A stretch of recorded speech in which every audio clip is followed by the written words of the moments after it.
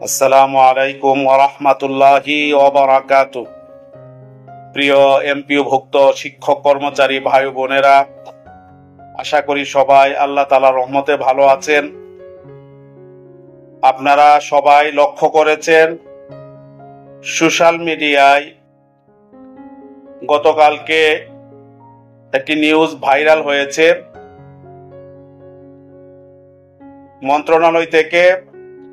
শিক্ষা মন্ত্রণালয় থেকে অর্থ মন্ত্রণালয়ে কর্মচারীদের ৭৫% উৎসব ভাতা এবং শিক্ষক কর্মচারীদের বাড়ি ভাড়া ১,০০০ থেকে ২,০০০ টাকা এবং মেডিকেল ভাতা ৫০০ থেকে ১,০০০ টাকা করা প্রস্তাবনা দিয়ে শিক্ষা মন্ত্রণালয় থেকে অর্থ মন্ত্রণালয়ে ডিউ লেটার দেওয়া হয়েছে। এই বিষয়টি নিয়ে দৈনিক শিক্ষা কালকে রিপোর্ট করেছে। দৈনিক শিক্ষাকে অনুসরণ করে ডেইলি ক্যাম্পাস রিপোর্ট করেছে এবং এরপরে দেখলাম জাতীয় দৈনিকগুলো অনেকগুলো রিপোর্ট করেছে। কালের কণ্ঠ, কালো বেলা, তারপরে বাংলা ভিশন টেলিভিশনের যে অনলাইন ভার্সন সহ অনেক অনলাইন পোর্টালে আমি আমার এই নিউজটি আমি দেখেছি। এর মাধ্যমে এমপিওভুক্ত শিক্ষকদের মধ্যে বিভ্রান্তি ছড়িয়ে পড়েছে। অনেকে আমাকে ফোন করে জানার চেষ্টা করেছেন যে আসলে প্রকৃত অবস্থা কি। আমি গতকালকে এই ব্যাপারে কিছুটা ব্রিফ করার চেষ্টা করেছি। তখন পর্যন্ত শুধুমাত্র দৈনিক শিক্ষা এবং ডেইলি ক্যাম্পাসে নিউজটি ছিল। পরবর্তীতে মূলধারার অন্যান্য জাতীয় দৈনিকগুলো এবং টেলিভিশনের অনলাইন ভার্সনে ছড়িয়ে পড়ায় বিভ্রান্তিটা আরো ব্যাপকতা ধারণ করেছে। এই জন্য আপনাদের সামনে কয়েকটি বিষয় শেয়ার করার জন্য উপস্থিত হয়েছি। আমি এই ঘটনাটি ঘটার পর ডেইলি ক্যাম্পাসের শিহাব ভাইয়ের সাথে আমি কথা বলেছি। তিনি তার সাথে কথা বলে যা বুঝলাম, ওনারা দৈনিক শিক্ষাকে ফলো করে ওনারা রিপোর্টটি করেছেন। আমি দৈনিক শিক্ষার যে সাবিহা সুমা, তার সাথে আমি কথা বলেছি। তিনি আমাকে এই ব্যাপারে কোনো সদুত্তর দিতে পারেননি। পরবর্তীতে আমি মন্ত্রণালয়ে কথা বলার পর তারা আমাকে নিশ্চিত করেছেন যে তারা ইদারিং কোন রকমের ডিউ লেটার শিক্ষা মন্ত্রণালয় থেকে অর্থ মন্ত্রণালয়ে এমপিওভুক্ত শিক্ষকদের সুযোগ সুবিধা বৃদ্ধি করার জন্য পাঠায়নি।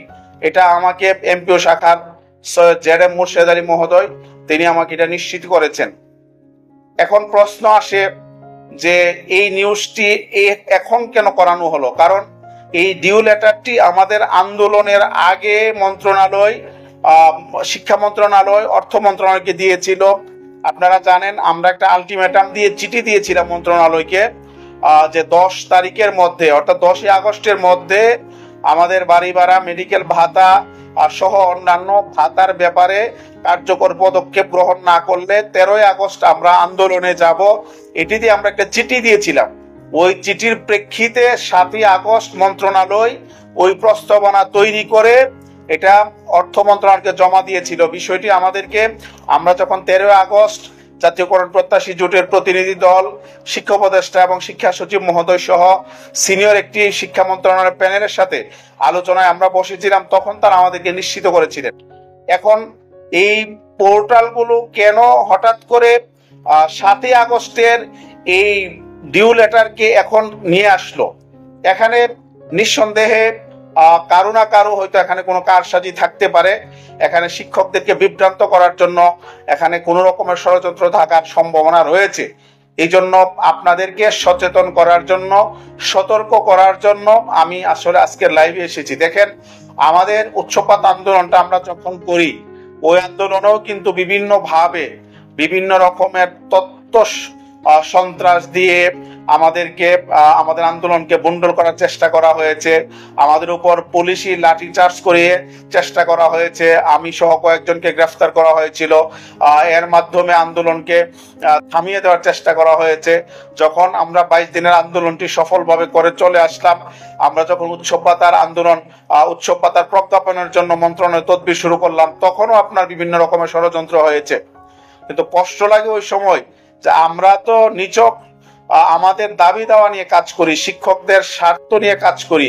এখানে যারা আমাদের বিরোধিতা করেছেন, যারা আমাদের বিপক্ষে ষড়যন্ত্র করেছেন, আপনারাও তো আজকে উৎসব ভাতার বৃদ্ধির সুবিধা আপনারা পাচ্ছেন। আগামী দিনে যদি পার্সেন্ট আকারে বাড়ি বাড়া হয়, 20% যদি বাড়ি বাড়া হয়, এটার সুবিধা তো শুধু জাতীয়করণ প্রত্যাশী জোট বা জোটের সাথে যারা সংশ্লিষ্ট তারাই পাবে না। আপনারা যারা আজকে ষড়যন্ত্র করছেন, আপনারা যারা আজকে এই পার্সেন্ট আকারে বাড়ি ভাড়াকে বন্ধ করার জন্য আপনারা চেষ্টা করছেন, আপনারাও তো এই সুবিধাটি নিবেন। সুতরাং সকলের প্রতি জোটের পক্ষ থেকে আমাদের আহ্বান থাকবে যে আপনারা কোনো ক্রমেই আমাদের এই বাড়ি ভাড়ার দাবিটির ব্যাপারে কোনো রকমের ষড়যন্ত্র আপনারা করবেন না। এটা আমাদের 5 লক্ষাধিক শিক্ষক কর্মচারী পরিবারের পক্ষ থেকে আপনাদের প্রতি অনুরোধ, আমাদের এই কাজটুকু আমাদেরকে করতে দেন। কারণ এই সরকারের সময়ে যেভাবে আসলে আমাদের কথা সরকার যেভাবে আমাদের কথা গুরুত্ব দেয়, নির্বাচিত সরকার আসলে এটা দেবে না, এতে কোনো রকমের সন্দেহ আমাদের নেই। এই জন্য আমাদেরকে অন্তত এইটুকু সময় আমাদেরকে কাজ করতে দেন। নির্বাচিত সরকার যখন ক্ষমতায় আসবে, আপনারা আপনাদের ক্ষমতা অনুযায়ী আপনারা সরকারের জন্য, আমাদের জন্য, এমপিভুক্ত শিক্ষকদের জন্য আপনারা আমাদের যে আরো বাকি বৈষম্যগুলো আছে, নিশ্চয়ই আপনাদের নেতৃত্বে এগুলো দূর হবে আমরা বিশ্বাস করি। এবং যদি প্রয়োজন মনে করেন, জাতীয়করণ প্রত্যাশী জোটও আপনাদের সাথে থাকবে, আপনাদের পাশে থেকে আন্দোলন সফল করার জন্য কাজ করবে। কিন্তু এই ইন্টারিম গভর্নমেন্টের সময় আমরা যেহেতু একটা আন্দোলনের একটা পর্যায়ে আমরা গিয়েছি, আপনারা আমাদেরকে একটু সুযোগ করে দেন যাতে আমরা আমাদের এই দাবিটা আদায় করতে পারি। আলহামদুলিল্লাহ আমরা অনেক কষ্ট করে ইতিমধ্যে 3টি অধিদপ্তর থেকে 20% বাড়ি ভাড়ার হিসাব আমরা মন্ত্রণালয়ে সাবমিট করতে সক্ষম হয়েছি। আপনারা এগুলো হয়তো সব ফেসবুকে শেয়ার করা সম্ভব হয় না। একটা ফাইলকে আরেক আপনার করতে, আপনার এক জায়গা থেকে আরেক জায়গায় নাড়াতে কতবার যে কথা বলতে হয়, ওনারা অনেক সময় বিরক্ত হয়ে যান যে এতবার ফোন করার কারণে। যদিও এটা প্রকাশ করেন না ওনারা, কিন্তু আমরা বুঝি যে ওনারা বিরক্ত হন। বারবার ফোন করে আপনার ফাইলগুলোকে করতে হয়। আমাদের মাদ্রাসা এবং কারিগরির যে চিঠি, এটা আপনার মন্ত্রণালয় থেকে পাঠাতে অনেক কষ্ট হয়েছে, অনেক। এটা বলতে পারবো না যে কত অসংখ্য বার আমি মন্ত্রণালয়কে ফোন করেছি এবং আপনার অনেক কর্মকর্তাকে আমি বিরক্ত করেছি। এরপরে চিঠি যাওয়ার পরে তাদের সাথে যোগাযোগ করা। আমি ওই দিন অধিদপ্তরে প্রায় 5 ঘন্টা ছিলাম, 2টা থেকে নিয়ে প্রায় 6টা পর্যন্ত এখানে আপনার ওখানে অধিদপ্তরে ছিলাম, শুধুমাত্র এই চিঠিটা খুঁজে বের করার জন্য। কিন্তু চিঠি তখনও যায়নি। যাই হোক, আলহামদুলিল্লাহ অনেক কষ্ট করে আমরা এই পর্যায়ে পৌঁছেছি। আমাদের বাড়ি ভাড়ার হিসাব পুরো জমা হয়েছে। আমরা আশা করছি সরকার দ্রুত আমাদের ব্যাপারে ইনশাল্লাহ সিদ্ধান্ত নেবে। আজকে আপনাদেরকে একটা সুসংবাদ দেব যে আপনারা কোন রকমের বিভ্রান্ত হবেন না। এই জন্যই মূলত আজকে এসেছি। অনেকে বিভিন্ন রকমের আপনাদেরকে হতাশ করার জন্য চেষ্টা করছে যে তোমাদের বাড়ি ভাড়া হবে না, তোমাদের পার্সেন্ট আকারে বাড়ি ভাড়া হবে না, মেডিকেল ভাতা হবে না, কারণ সরকার ইতিমধ্যে ডিও লেটার দিয়েছে 2000 টাকা বাড়ি ভাড়ার, 1000 টাকা মেডিকেল ভাতার। এইভাবে আমাদের শিক্ষকদেরকে হার্ট করার চেষ্টা করা হচ্ছে, তাদেরকে হতাশ করার চেষ্টা করা হচ্ছে। আপনারা হতাশ হবেন না, কারণ আমি আপনাদেরকে আজকে বলছি, আমি কালকে যা বিষয়টা কালকে জেনেছি কিন্তু বলতে চাইনি, আজকে আপনাদেরকে বলছি। স্কুল এবং কলেজের শিক্ষকদের বাড়ি ভাড়া পার্সেন্ট আকারে বাড়ি ভাড়ার ফাইল ইতিমধ্যে মন্ত্রণালয় উঠিয়েছে, আলহামদুলিল্লাহ। আমি আবার বলছি, স্কুল এবং কলেজের শিক্ষকদের বাড়ি পার্সেন্ট আকারে বাড়ি ভাড়ার ফাইল ইতিমধ্যে শিক্ষা মন্ত্রণালয় উঠিয়েছে। এই ফাইল আপনার হয়তো সচিব মহোদয়, তারপরে আপনার উপদেষ্টা মহোদয় স্বাক্ষরের পরে হয়তো এটা আপনার অর্থ মন্ত্রণালয়ে যাবে। এটা আরেকটা বিজয় আমাদের জন্য যে বাড়ি ভাড়ার হিসাব জমা হওয়ার পরে ইতিমধ্যে স্কুল এবং কলেজের শিক্ষকদের পার্সেন্ট আকারে বাড়ি ভাড়ার ফাইল উঠানো হয়েছে। বিষয়টি গতকালকে আমাকে এজেএম মুর্শেদ আলী মহোদয়, ডেপুটি সেক্রেটারি, যিনি এমপিও শাখার দায়িত্বে আছেন, তিনি আমাকে নিশ্চিত করেছেন যে আপনাদের ফাইল ইতিমধ্যে উঠানো হয়েছে। আমি এটা আসলে ডিসক্লোজ করতে চাইনি, কিন্তু শিক্ষকরা সারাদিন যেভাবে ফোন করেছে এবং তাদের মধ্যে যে আমি হতাশা দেখতে পাচ্ছি, এই হতাশার জন্য মূলত আসলে এটা ডিসক্লোজ করা হয়েছে। যদি আপনারা মাদ্রাসা এবং কারিগরির আপনারাও হতাশ হবেন না, আপনাদের ফাইলও ইনশাল্লাহ শীঘ্রই উঠবে। আমরা চেষ্টা চালিয়ে যাচ্ছি। আগামী রবিবারে আমরা আবার মন্ত্রণালয়ের সাথে আমরা কথা বলবো, প্রয়োজন আগামী সপ্তাহে আমরা আবার মন্ত্রণালয়ে যাব, আমাদের টিম যাবে। তো আপনারা হতাশ হবেন না, ইনশাল্লাহ আপনাদের ফাইলও উঠবে এবং প্রজ্ঞাপন ইনশাল্লাহ একসাথেই হবে। প্রজ্ঞাপন ইনশাল্লাহ যদিও স্কুল কলেজেরটা উঠেছে, মাদ্রাসাটা উঠেনি, ইনশাল্লাহ একসাথে প্রজ্ঞাপন হবে। আমাদের জায়গা থেকে আমাদের চেষ্টার কোনো ত্রুটি ছিল না, ত্রুটি থাকবে না। আমরা আমাদের জায়গা থেকে সর্বশক্তি নিয়োগ করেছি আমাদের এই পার্সেন্ট আকারে বাড়ি বাড়ার এটাকে আমার সফল করার জন্য। আলহামদুলিল্লাহ এটা একটা বড় আমাদের প্রথম সফলতা ছিল যে আমরা সকল অধিদপ্তরগুলোকে চিঠি পাঠাতে পেরেছি মন্ত্রণালয়ের মাধ্যমে, এবং অধিদপ্তরগুলো থেকে হিসাবগুলো কালেকশন করে হিসাবগুলো রেডি করে আবার মন্ত্রণালয়ে আমরা যোগাযোগ করে আমরা জমা করাতে পেরেছি। এটা ছিল আমাদের প্রথম সফলতা। 2 নম্বর সফলতা হচ্ছে পার্সেন্ট আকারে স্কুল এবং কলেজের শিক্ষকদের বাড়ি ভাড়ার ফাইল ইতিমধ্যে শিক্ষা মন্ত্রণালয় এটা উঠিয়েছে, এটা প্রসেসিং হয়ে পরে এটা আপনার অর্থ মন্ত্রণালয়ে যাবে ইনশাল্লাহ। তো আমি আশা করি ইনশাল্লাহ আপনারা যে সমস্ত রিপোর্টের কারণে আপনারা বিভ্রান্ত হয়েছেন, আশা করি আপনারা বিভ্রান্ত হবেন না। আমাদের জাতীয়করণ প্রত্যাশী জোটের প্রতি আপনার আস্থা রাখবেন, বিশ্বাস রাখবেন। যেমন ভাবে আপনারা অতীতে রেখেছেন, আমরা আমাদের জায়গা থেকে সর্বোচ্চ কাজ করব। এবং দৈনিক শিক্ষা এবং ডেইলি ক্যাম্পাস তাদেরকে আসলে আপনারা ইয়ে করবেন না, তাদেরকে আপনার ফেসবুকে লেখালেখি করবেন না, কারণ তারা কিন্তু 22 দিনের আন্দোলনে তাদের অনেক ভালো সমর্থন ছিল।